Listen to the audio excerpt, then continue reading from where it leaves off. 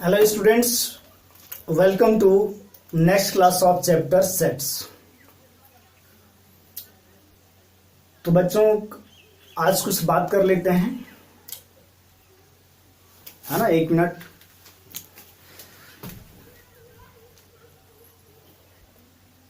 अभी जो नोटिफिकेशन आया है सीबीएसई बोर्ड एग्जाम के लिए 10th क्लास के स्टूडेंट्स के लिए, जो पेपर बच गए थे वो या पेपर नहीं होने वाला है लॉकडाउन की वजह से। ठीक है, हाँ कुछ रीजन में होगा, दिल्ली साइड में। ओके बच्चों, तो जो बच्चे 10th क्लास पास कर चुके हैं, मतलब जो एग्जाम दे दिए हैं वो पास तो कर ही जाएंगे। तो जो लोग अभी भी रिलैक्स मोड में हैं, मतलब जिनका अभी भी जो सिस्टम है वो ऑफ है, वो अपना अपना सिस्टम अपना अपना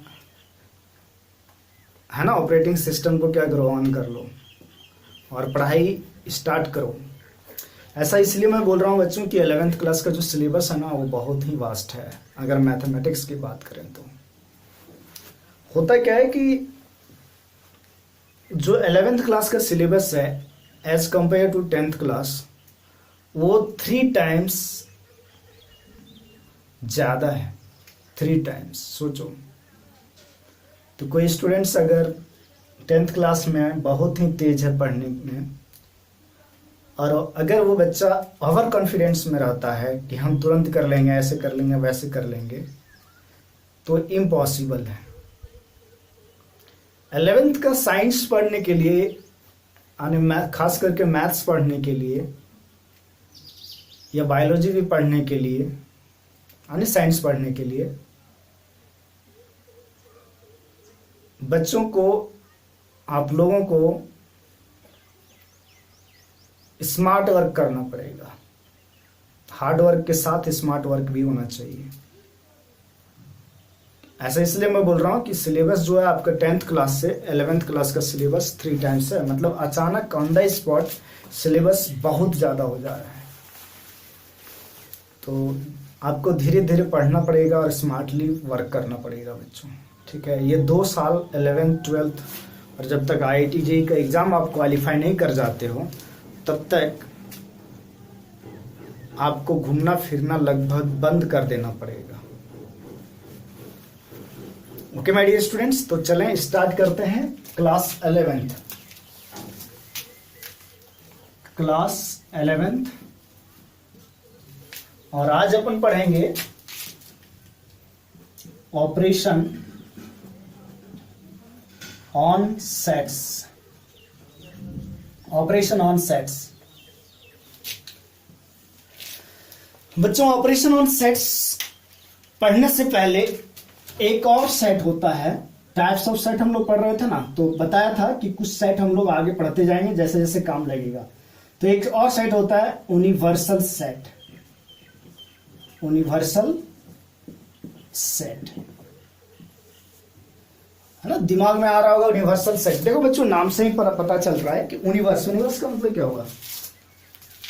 यूनिवर्स का मतलब आप लोग समझ रहे हो कि बहुत बड़े क्षेत्र की बात कर रहे हैं जिसके अंदर बहुत सारे कंट्रीज वगैरह आएंगे, है ना। कंट्रीज के अलावा बाकी क्षेत्र जो भी है ना। तो नाम से ही पता चल रहा है कि यूनिवर्सल सेट जो होगा, जो भी चीज है वो बताएंगे आपको, वो एक बहुत बड़ा सेट होगा। मतलब सबसे बड़ा सेट की बात कर रहे हैं हम लोग यहाँ पर, वही करने वाले हैं। तो बच्चों आप लोगों ने पढ़ा है कि अगर ये सबसेट है सेट बी का, अगर सेट ए सबसेट है सेट बी का, तो यहां पर हम लोग बी को बोलते हैं क्या चीज, सुपर सेट। यहां पर हम लोग बी को क्या बोलते हैं, सुपर सेट। ठीक है, बी को क्या बोला जाता है, सुपर सेट। तो यहां पर देखो कि अगर मान लो दुनिया यही है, मतलब 2 ही कंट्री का दुनिया, इंडिया और पाकिस्तान का। तो इंडिया बड़ा है और पाकिस्तान उसका पार्ट है। इंडिया का पार्ट ही पाकिस्तान है ना, ये this is the Pakistan, this is the India. तो इंडिया बड़ा है, मतलब India is a super power बोलते हैं ना, जिस तरह से इंडिया इज अ सुपर। तो इंडिया, जैसे ये इंडिया हो गया आपका, इंडिया का ही पार्ट कौन कौन सा है बता सकते हो आप लोग, जानते हो, पाकिस्तान, बांग्लादेश, है ना। ओके, आप लोग जानते हैं पाकिस्तान, बांग्लादेश और कौन सा है। तो जो इंडिया के जो पार्ट हैं वो तो सबसेट हो गया इंडिया का। यहां पर हम सबसेट बोलना सही नहीं रहेगा, मतलब पार्ट हो गया, उसी का पार्ट था, अगर मर्ज करेंगे फिर उसी के अंदर आ जाएगा। तो ये सुपर पावर हुआ। तो इसी तरह से हम लोग मैथमेटिक्स में बात करते हैं कि ए अगर बी का सबसेट है तो ये जो बड़ा है बी उसको सुपर सेट बोलते हैं। तो यूनिवर्सल सेट कुछ इसी तरह से है कि the universal set is super set. कैसा सेट होता है? Super set for all the sets under consideration।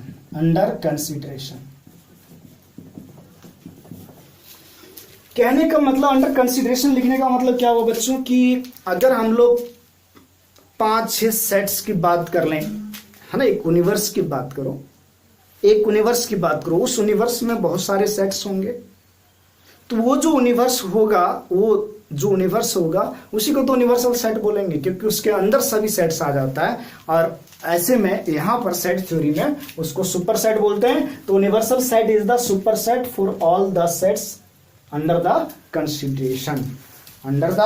Consideration. जैसे बच्चों एक काम करते हैं कि अगर हम लोग बहुत सारे सेट को कंसीडर करते हैं, जैसे 1 2, एक सेट बी ए लिया, एक सेट बी कंसीडर किया 2 3 4, एक सेट सी कंसीडर किया, है ना, 3 4 5 6।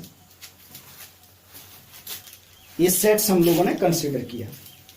क्या क्या कंसीडर किया देख सकते हो आप, ए बी सी। तो बच्चों यूनिवर्सल सेट को अपन जो रिप्रेजेंट करते हैं ना वो यू से रिप्रेजेंट करते हैं। किससे रिप्रेजेंट करते हैं? यू से। तो यूनिवर्सल सेट जो होगा ये होगा 1 2 3 4 5 6। This is the universal set. कहोगे कैसे है ये यूनिवर्सल सेट सर? तो बताओ, ये जो है सुपर सेट है किसका? इसका भी, इसका भी, इसका भी। ऐसा मैं क्यों बोल रहा हूं? क्योंकि ये बी और सी, ये जो तीनों सेट्स हैं, ये बी और सी तीनों सेट्स देखो इस यूनिवर्सल सेट का सबसेट है, इस सेट का सबसेट है। तो इस पूरे कंसीडरेशन में दिस इज सुपर पावर, ये यूनिवर्सल हो गया। तो इसी को हम लोग यूनिवर्सल सेट बोलते हैं। ओके माय डियर स्टूडेंट्स, तो यूनिवर्सल सेट के बारे में आपको कोई कंफ्यूजन नहीं होगा आई थिंक, है ना। मतलब अगर 10-15 सेट्स दिए हैं एक साथ तो उसमें से जो सबसे बड़ा है this is the universal set. चलो बच्चों, हम लोग ऑपरेशन की बात करें तो ऑपरेशन क्या क्या ऑपरेशन पढ़ने वाले हैं थोड़ा सा सुनो। Union of two sets, intersection, complement of A set, difference of two sets and disjoint sets. ठीक है, तो सबसे पहले अपन स्टार्ट करते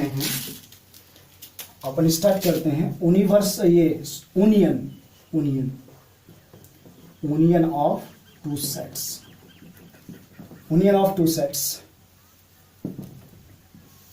ठीक है बच्चों, यूनियन ऑफ टू सेट्स, दो सेट्स का यूनियन क्या होगा? Union of two sets. Okay, तो बच्चों देखो, यूनियन ऑफ टू सेट्स, सबसे पहली बात है union of two sets A and B is written as, इसको हम लोग कैसे लिखेंगे? इज रिटन एज ये यूनियन बी। इसको पढ़ते ही है ए यूनियन बी। पहली बात, इसको क्या पढ़ा जाता है? ए यूनियन बी ही पढ़ा जाता है, इसको ए यूनियन बी ही पढ़ते हैं। ठीक है, अब बात आता है सर क्या होगा, डिफाइंड कैसे होगा? तो बच्चों यहां पर मैं इसको डिफाइंड कर रहा हूं सेट बिल्डर फॉर्म में। तो ए यूनियन बी भी एक सेट होता है एक्स, जो ए यूनियन बी भी एक सेट होता है जिसका एलिमेंट क्या होगा? एक्स। सच दैट, अब ये एक्स एलिमेंट कहां से लाएंगे? तो बच्चों ये जो एक्स एलिमेंट है ना वो सेट ए से बिलोंग करेगा और किससे? सेट बी से। समझो बात को, यूनियन का मतलब ही और होता है, यूनियन का मतलब ही क्या होता है? और होता है। तो ये यूनियन बी एक ऐसा सेट है जिसमें जो एलिमेंट होगा वो सेट ए का भी होगा और सेट बी का भी होगा। यानी कहने का मतलब क्या हुआ, A union B contents, A union B contents elements of set A और सेट बी। और का मतलब यूनियन हो गया और set B. A union B contents elements of set A और सेट बी। और क्लियर करने के लिए हम लिख दूं और बोथ ए एंड बी, ए और बी दोनों में जो है उस एलिमेंट को भी लेंगे। देखो बात तो यहीं से क्लियर हो जाता है कि ए यूनियन बी क्या होगा, ऐसा सेट होगा जिसमें एलिमेंट्स जो होंगे वो ए का भी होगा और बी का भी होगा बच्चों, ए का भी होगा और बी का भी होगा। ठीक है, एक एग्जांपल से समझो आप। देखो अगर मान लो सेट ए है जिसमें एलिमेंट 1 2 3 है और सेट बी है जिसमें एलिमेंट 2 3 4 5 6 है। ओके, तो ए यूनियन बी क्या होगा, ए यूनियन बी जो होगा बच्चों, देखो कैसे, इसको देखो डेफिनेशन को, या तो इसको पढ़ो, ये लैंग्वेज जो लिखा, ये तो मैथमेटिकल डेफिनेशन हो गया। और मैथमेटिकल डेफिनेशन बहुत ही इंपॉर्टेंट है क्योंकि बहुत सारे ऑपरेशंस को अपने को प्रूव करना भी है, तो उसके लिए इंपॉर्टेंट है। तो ये यूनियन बी मतलब क्या होगा, सिंपल सी बात समझो कि दोनों के एलिमेंट को मिला करके लिख दो। मतलब दोनों के एलिमेंट्स को, ए यूनियन बी का मतलब हुआ सेट ए और सेट बी दोनों के एलिमेंट्स को एक ही सेट के अंदर लिख दो। तो देखो 1 आएगा, 2 आएगा, 3, सेट ए का सारे एलिमेंट्स लिख दिया, सेट बी के भी सारे एलिमेंट्स को लिखो इसी के अंदर। तो बच्चों यहां पर देख रहे हो 2 और 3 आ चुका है। सेट ए के एलिमेंट्स को लिखो और सेट बी के भी एलिमेंट को लिखो एक ही सेट के अंदर, उसी को क्या बोला जाता है, ए यूनियन बी। तो अब सेट ए के सारे एलिमेंट्स को अपन ने लिख लिया, सेट बी के एलिमेंट्स को लिख रहे हैं, तो 2 आएगा, तो 2 तो लिखा जा चुका है बच्चों, है ना। एलिमेंट्स रिपीट नहीं करता है सेट के अंदर, एलिमेंट्स रिपीट नहीं करता, सारा डिफरेंट रहता है। तो 2 आ चुका है, 2 नहीं लिखेंगे, 3 भी आ चुका है, कौन रह गया, 4 5 6। This is the union. तो लोग यूनियन ऐसे लिखेंगे। ओके बच्चों, यूनियन ऐसे लिखा जाएगा। अच्छा, यूनियन ऑफ टू सेट्स से रिलेटेड कुछ प्रॉपर्टीज हैं। यूनियन ऑफ टू सेट्स से रिलेटेड, ये यूनियन जो ऑपरेशन है इससे रिलेटेड कुछ प्रॉपर्टीज है, उसको ध्यान से देखो। प्रॉपर्टीज क्या क्या चीज है, क्या प्रॉपर्टीज है इसका, देखें, पढ़ो बच्चों प्रॉपर्टीज क्या है इसका। ठीक है, फर्स्ट प्रॉपर्टीज, अगर बच्चों ये यूनियन ये लिखते हो, मतलब सेम सेट का यूनियन ले लेते हो, तो भाई वो घूम फिर के तो वही आएगा। आप समझ रहे हो ना, सेट ए के एलिमेंट को भी लिखना है और फिर सेट ए के एलिमेंट्स को लिखना है एक ही सेट के अंदर, भाई तो वही लिखा जाएगा। ऐसा नहीं है, जैसे कहने का मतलब ऐसा समझो, आप 1 2 है, ये यूनियन ये, मतलब ए के एलिमेंट्स आएंगे, लिख लिया, फिर यूनियन फिर से ए का एलिमेंट आएगा, तो 2 और 1 फिर आएगा, लेकिन आ चुका है तो क्या होगा, ये ए के ही बराबर होगा। समझ आ गई होगी बात, यहां तक कोई दिक्कत नहीं होना चाहिए। नेक्स्ट प्रॉपर्टी देखो बच्चों, नेक्स्ट प्रॉपर्टी, ये यूनियन बी यूनियन सी, इसको लिख सकते हो बच्चों A union B union C, कोई दिक्कत, इसमें कोई दिक्कत नहीं होना चाहिए, है ना। जैसे आप लोग पढ़ते हो ना, ए प्लस बी प्लस सी, तो इसको ऐसे भी लिखते हो, तो ए प्लस और ये दोनों बी प्लस सी, एकदम सेम है, एज इट इज है, वही चीज। तीसरा बच्चों, ये यूनियन नल सेट, फाई का मतलब क्या होता है, नल सेट, तो बच्चों ये के ही इक्वल आएगा। अगेन देखो, मान लो एक ही है एलिमेंट 1 2 3 और एक दूसरा सेट है B, this is the null set. तो ये यूनियन बी अगर करें, यानी ए यूनियन फाइव लिख लो, ए यूनियन बी करें, तो 1 2 नल सेट में कोई एलिमेंट होता ही नहीं, तो बस यही आ जाएगा ना, डायरेक्ट ए के इक्वल। किसके इक्वल आ गया, ये के इक्वल। तो ये यूनियन फाइव क्या होता है बच्चों, ए होता है। नेक्स्ट, ये union universal set, universal set क्या होता है, यूनिवर्सल सेट ही होता है। तो ये प्रॉपर्टीज है किसके, ये प्रॉपर्टीज रहा किसका, यूनियन ऑफ टू सेट्स का। ओके बच्चों, नेक्स्ट हम लोग देखेंगे सेकेंड ऑपरेशन, सेकेंड टाइप का ऑपरेशन क्या है? नेक्स्ट ऑपरेशन क्या है बच्चों? देखो, intersection. Intersection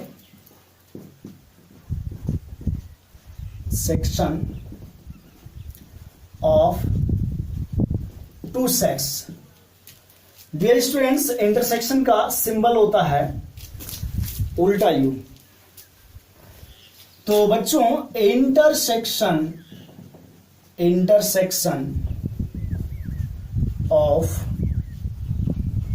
to sets A and B are written as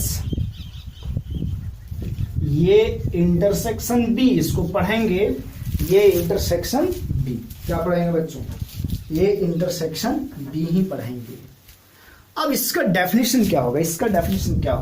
definition क्या होगा ए इंटरसेक्शन बी का?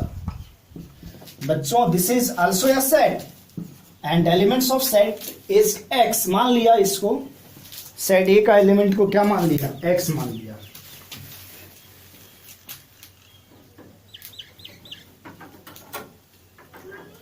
सेट ए के एलिमेंट को क्या माना बच्चों? एक्स। अब ये एक्स कौन सा एलिमेंट होगा?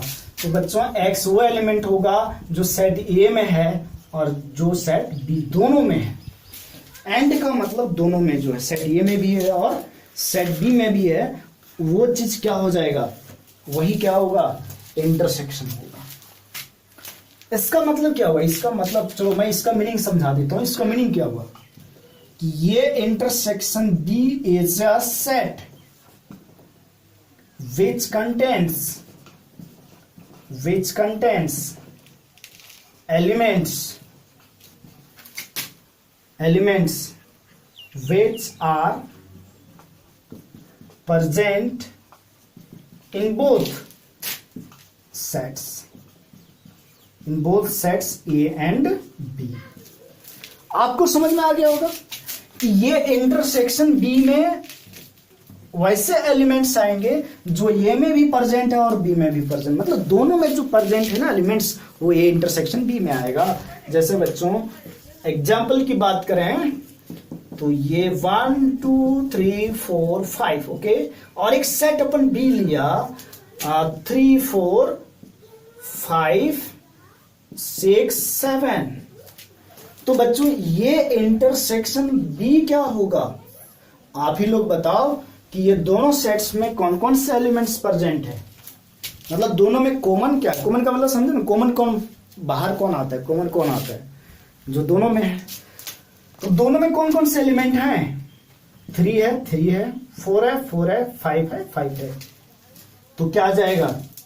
3 4 5, ये इंटरसेक्शन होगा। ओके माय डियर स्टूडेंट्स, तो इंटरसेक्शन एक ऐसा सेट्स होता है जिसमें एलिमेंट्स जो होते हैं वो दोनों सेट्स का एलिमेंट होता है। फिर हम इंटरसेक्शन के प्रॉपर्टीज की बात कर रहे हैं बच्चों कि इसका प्रॉपर्टीज क्या होता है। प्रॉपर्टीज है ना, इंटरसेक्शन की प्रॉपर्टीज। इसका प्रॉपर्टीज क्या होगा बच्चों? देखो प्रॉपर्टीज की बात करें तो इसी तरह से सेम प्रॉपर्टीज जो अभी लिखा था, वहां इंटरसेक्शन के जगह, ये यूनियन की जगह ना उस प्रॉपर्टी में इंटरसेक्शन डाल दिया। तो बच्चों ये इंटरसेक्शन ए के इक्वल आएगा। सेकंड ये लिखा था क्या? ये intersection A union B union C लिखा था ना, इस तरह से जहां यूनियन लिखा था वहां इंटरसेक्शन लिख दिया। तो इसको अपन ऐसे लिख सकते हैं, ये इंटरसेक्शन बी का होल इंटरसेक्शन फिर सी। तीसरा प्रॉपर्टी और क्या लिखा था याद है आपको? ये इंटरसेक्शन फाई। तो बच्चों इंटरसेक्शन नल सेट ही आएगा। एक सेट है जिसमें बहुत सारे लोग हैं, एक दूसरा सेट है जिसमें कोई नहीं है, दोनों का इंटरसेक्शन क्या आएगा? कुछ नहीं आएगा, क्योंकि इंटरसेक्शन में हम लोग क्या करते हैं, जो दोनों में है उसको बाहर निकालते हैं ना। तो इसके अंदर तो फाई के अंदर तो कुछ है ही नहीं, तो इससे बाहर कुछ निकलेगा क्या? नहीं निकलेगा। बच्चों ये इंटरसेक्शन यूनिवर्सल सेट क्या होगा? तो ये भी ये ही आएगा, क्योंकि बच्चों एक सेट ये है और एक यूनिवर्सल सेट है। जो सेट ये में जितना भी एलिमेंट्स है उस यूनिवर्सल सेट में भी है, तो बाहर कौन आएगा? ये ही नहीं आएगा, पूरा वो एलिमेंट आ जाएगा जो सेट ये में है। तो ये इंटरसेक्शन यू मतलब यूनिवर्सल सेट्स, तो उसका आंसर क्या होगा, ये ही होगा। ठीक है मैडम, ठीक है बच्चों, यहां तक कोई दिक्कत नहीं होना चाहिए। चलो बच्चों एक नोट लिख लेते हैं, एक नोट लिखते हैं। कभी अगर इंपॉर्टेंट बात है ना, इंपॉर्टेंट बात, इंपॉर्टेंट बात। Okay my dear students, important बात क्या लिखें इंपॉर्टेंट बात में, क्या चीज है कि अगर बच्चों कभी ये इंटरसेक्शन बी और ये यूनियन बी दोनों इक्वल हो गया, तो ये तभी पॉसिबल है जब ए बराबर क्या होगा, बी होगा। अरे भाई दो लोगों का इंटरसेक्शन, इंटरसेक्शन मतलब वो एलिमेंट लेना है जो दोनों में है, और दो सेट्स का यूनियन अगर दोनों बराबर हो जाते हैं तो तभी पॉसिबल है जब दोनों सेट्स इक्वल सेट होगा। ओके, कुछ और बातें बच्चों, कुछ और इंपॉर्टेंट बात, जैसे बच्चों ये यूनियन बी इंटरसेक्शन सी क्या होगा, फॉर्मूला है, ये सब प्रॉपर्टीज है, आपको याद रखना है। तो ये किसके इक्वल लिख रहे हैं, ये इसके साथ, वही डिस्ट्रीब्यूशन लॉ, ये यूनियन बी इंटरसेक्शन बीच में, फिर ए यूनियन सी। आप लोगों ने ये पढ़ा है ना, भूल गया क्या चीज, ए इंटू बी प्लस सी कैसे लिखते हैं, ए इंटू बी प्लस ए इंटू सी, वही चीज तो है, वैसा ही। अच्छा अगर ऐसा हो जाए तो ये यहां इंटरसेक्शन हो जाए और बी यहां यूनियन हो जाए, तो क्या होगा बच्चों, ये इंटरसेक्शन बी यूनियन ये इंटरसेक्शन सी। तो ये क्या चीज है, फॉर्मूले हैं जो मैं समझा ना, इसी तरह से इसको जो पढ़ाता है इसको क्या बोलते हैं, डिस्ट्रीब्यूटिव लॉ, डिस्ट्रीब्यूटिव लॉ बोलते हैं ना, डिस्ट्रीब्यूटिव लॉ।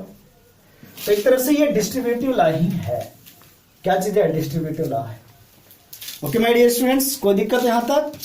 चलो नेक्स्ट हम लोग देखते हैं बच्चों डिसजॉइंट सेट्स, डिसजॉइंट सेट्स।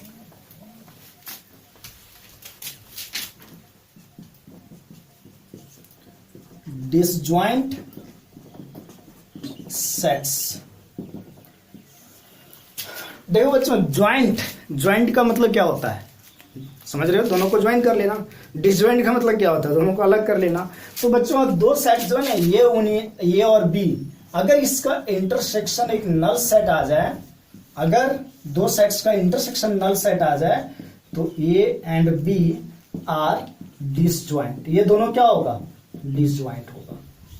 बहुत ही आसान है, मतलब दोनों सेट्स में अगर कोई भी एलिमेंट कॉमन नहीं है तो ऐसे सेट को क्या बोलेंगे, डिसज्वाइंट सेट्स बोलेंगे। ठीक है, क्या बोला जाएगा, डिसज्वाइंट सेट। जैसे एग्जांपल बच्चों देख सकते हो कि ए 1 2 3 और बी सेट एक लिया 7 6 9। ठीक है, अगर ये इंटरसेक्शन बी यहां पर देखें तो इंटरसेक्शन मतलब वो एलिमेंट लेना है जो दोनों में है, दोनों में कोई भी एलिमेंट जो है इन दोनों सेट्स में कॉमन नहीं है। तो ये इंटरसेक्शन बी यहां पर क्या है, 5 है, इसका मतलब ए एंड बी आर कैसा सेट हो गया, डिसज्वाइंट सेट, डिसज्वाइंट।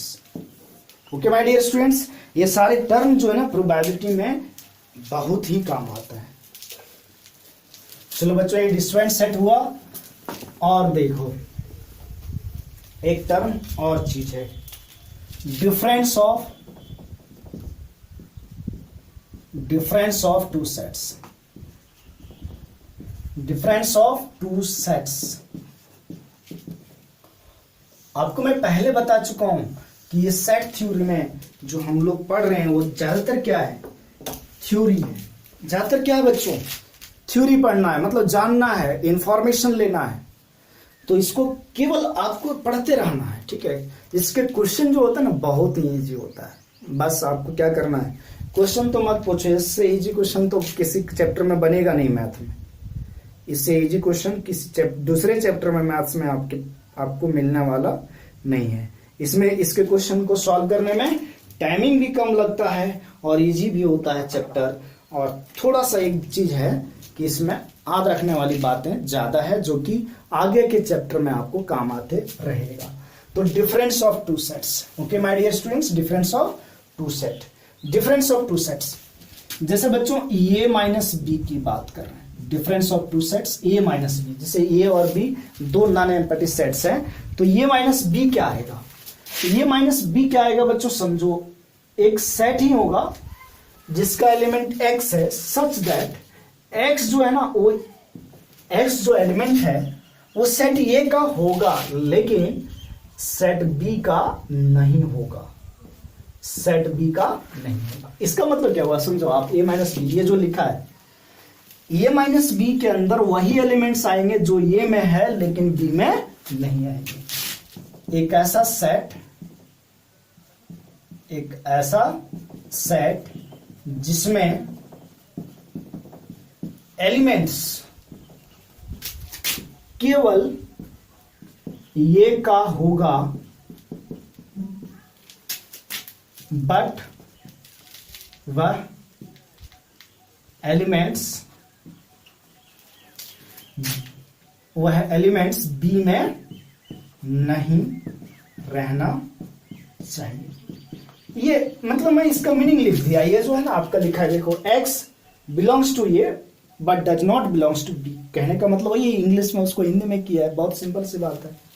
जैसे बच्चों अगर कंसिडर करें ए सेट कंसिडर किया 1 2 3 4, ओके, और एक सेट बी कंसिडर किया 2 4 6 8, ओके। तो अगर हम ए माइनस बी करते हैं तो ए माइनस बी का मतलब जो ए में है लेकिन बी में नहीं है। तो ए में जैसे बच्चों 1 है, देख लो ये जो 1 है क्या बी में है? क्या नहीं है, तो ये आएगा। 2 है क्या उसमें? है, नहीं आएगा। 3 है उसमें? नहीं है, नहीं है ना, 3 आएगा। तो आंसर क्या हो जाएगा? 1 3, क्योंकि 4 बी है उसमें। इसी तरह बच्चों अगर b माइनस ए लिखना है तो वो एलिमेंट्स आएंगे जो b में है लेकिन ए में नहीं है। देखो b में 2 है, ए में भी है, इसको नहीं लिखेंगे। 4 है, 4 भी है इसमें। 6 है क्या? ए में नहीं है, तो 6 और 8। ये डिफरेंस ऑफ टू सेट्स हो गया बच्चों। ठीक है, इसका भी कुछ प्रॉपर्टीज है, आप लिख लो तो बढ़िया रहेगा। प्रॉपर्टीज है ना, बहुत सारे प्रॉपर्टीज आते हैं भाई। देखो बच्चों, ए माइनस ए, सेम सेट में से सेम सेट को माइनस करोगे तो 5 आएगा, ओके। दूसरा properties, if A minus B, if A minus B is equal to, A minus B is equal to B minus A आ जाए, तो ये तभी हो सकता है जब बच्चों ए बराबर क्या होगा? ए इक्वल टू बी होगा। If A minus B equal to B minus A तभी आ सकता है जब दोनों सेट्स क्या होंगे? इक्वल रहेंगे। ठीक है बच्चों। तीसरा प्रॉपर्टीज, अगर बच्चों ए माइनस बी इक्वल टू 5 है, देन हम ये बोल सकते हैं कि ये जो होगा सबसेट होगा बी का। सिंपल सी बात है, ए माइनस बी दोनों को माइनस करने से कुछ भी नहीं आ रहा है, तो इसका मतलब ये जो है ना सेट होगा बी का। जैसे एक एग्जांपल से समझ सकते हो कि ये लिया 1 2 3 4, ठीक है, और बी लिया। इसका एग्जांपल मैं बता रहा हूं 3 नंबर का, और बी जो ले लिया, चलो इसमें कम कर लेता हूं एलिमेंट। बी में लिया 1 2 3 4 5। अब आप ही लोग बताओ बच्चों कि ए माइनस बी अगर लिखते हैं तो क्या लिखेंगे? वो एलिमेंट्स जो ए में है लेकिन बी में नहीं है, तो 1 बी में भी है। वो एलिमेंट्स जो ए में है लेकिन बी में नहीं है, तो हम यहां पर देख रहे हैं ए में जो भी एलिमेंट्स है वो बी में भी है, तो ये माइनस बी क्या आ गया? कुछ नहीं आएगा। ये माइनस बी क्या आएगा? कुछ नहीं आएगा। तो इसका मतलब अगर ये माइनस बी 5 आ गया तो ये 5 तभी आ रहा है बच्चों जब ये किसका सबसेट है? बी का। आप यहां क्लियरली देख रहे हो कि ये में जो भी एलिमेंट है वो बी में है, इसका मतलब ये is a subset of B. तो यहां से हम क्या देख रहे हैं कि A is a subset of B. Okay my dear students, तो यहां तक आप लोगों ने इस चीज को देखा। अब बात आता है किसका? Complement of A set.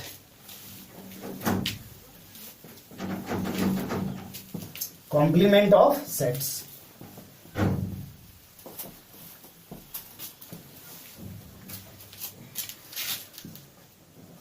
Complement of A set, किसी सेट के कॉम्प्लीमेंट को बच्चों ये डैश से रिप्रेजेंट करते हैं, अदरवाइज ये बार से। किसी सेट्स के कॉम्प्लीमेंट को या तो ये डैश से रिप्रेजेंट करेंगे या तो ये बार से। तो ये होता क्या है, कॉम्प्लीमेंट ऑफ सेट क्या होता है, if A is a subset of universal set then complement of set A is U minus A. U minus A क्या होता है बच्चों, u माइनस ए। अरे ए माइनस बी का मतलब समझाया आपको, उसी तरह u माइनस ए। यानी कहने का मतलब अगर इसको डिफाइंड करें तो x such that x belongs to u and does not belongs to A, मतलब ये में जो एलिमेंट है उसको नहीं लिखना। ये कॉम्प्लीमेंट ऑफ सेट हो गया। ये क्या चीज हुआ बच्चों, complement of set, complement of या सेट। जो ये में है नहीं रहना चाहिए, ये में नहीं रहना चाहिए, कॉम्प्लीमेंट ऑफ या सेट। तो कॉम्प्लीमेंट ऑफ सेट ये को ये डैश से या तो ये बार से डिफाइंड करते हैं, और ये क्या होता है यूनिवर्सल सेट माइनस ए। जैसे एग्जांपल की बात करें बच्चों कि एक यूनिवर्सल सेट हम लोग ले लिए 1 2 3 4 5 6, ठीक है, और एक सेट ये कंसिडर किया 2 3 5, तो ये कॉम्प्लीमेंट क्या होगा, u माइनस ये।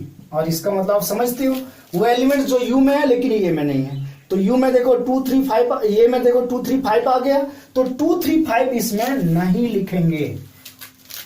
ये का कॉम्प्लीमेंट कहने का मतलब वो एलिमेंट्स लिखना है जो ये में नहीं है। तो ये में 2 3 5 है तो ये चीज नहीं आएगा, तो क्या आएगा, 1 आएगा, 4 आएगा, 6 आएगा, ये चीज हो जाएगा आपका आंसर। तो बच्चों आज जो हम लोग पढ़े वो बहुत ही इंपॉर्टेंट चीज है और आगे अप्लाई भी होने वाला है, ऑपरेशन ऑन सेट्स, ठीक है। और ये कहीं भी अप्लाई होता है, कैलकुलस में भी अप्लाई हो जाता है, मतलब सेट्स थ्योरी जो है एक तरह से बेसिक है। तो आपको इसको बहुत अच्छे से पढ़ना पड़ेगा, है ना, और ध्यान में रखना पड़ेगा सारी बातें को। एक्चुअली बहुत ज्यादा थ्योरेटिकल है सब चीज, देखो कोई बहुत ही इजी है बशर्ते थ्योरेटिकल है, और थ्योरेटिकल है तो याद रखना ज्यादा जरूरी है। इसके क्वेश्चन जो बनते हैं 1 मार्क्स का बनता है, लेकिन ये आगे बहुत ज्यादा अप्लाई होता है दूसरे चैप्टर में, ठीक है बच्चों। तो नेक्स्ट क्लास में आपको इसका कुछ क्वेश्चन करके आपको बताएंगे। चलिए, थैंक यू।